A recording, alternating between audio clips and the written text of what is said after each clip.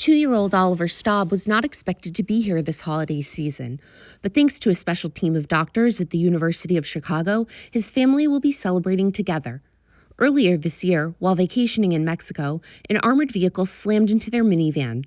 Everyone was hurt, but this little boy from Germany suffered the most devastating injuries. Oliver was in the back seat, in the back row, and his head was in a weird position. There was no facial features or something, so I went immediately to the back. I checked on him. I screamed his name, Oliver, Oliver, Oliver. There was no reaction. Oliver's parents, Laura and Stefan, soon learned the impact had severed their son's spine, separating his head from the rest of his body.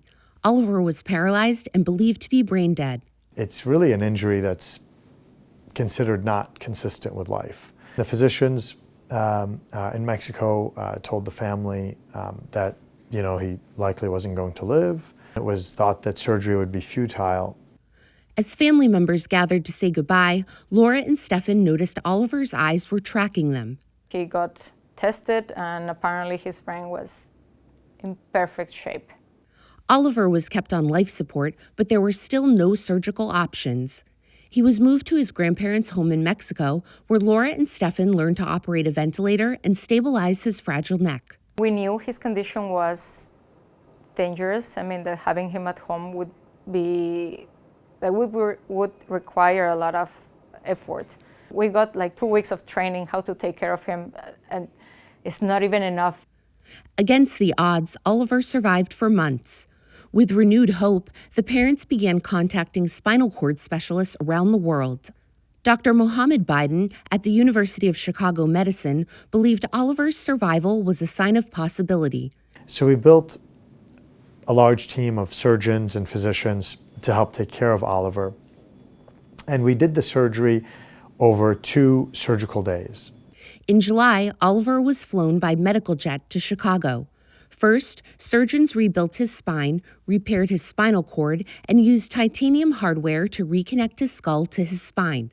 Then, they stabilized the front of his neck and repaired a spinal cord herniation. And these surgeries are long surgeries, 2 days of surgery for a 2-year-old. And there were challenges with that. After surgery, at one point, his heart stopped, he was resuscitated and underwent CPR. Severe brain swelling followed. The days ahead were critical. Then, signs of recovery began to appear. Oliver smiled for the first time since the crash.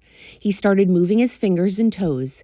He recognized when his bladder was full, and eventually he began breathing on his own.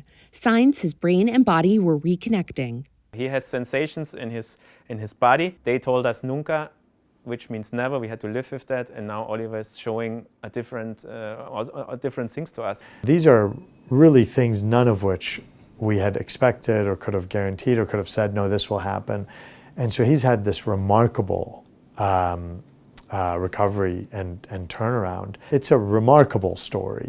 Oliver left the hospital in August. Doctors expect that within 6 months, he'll be able to remove his neck brace.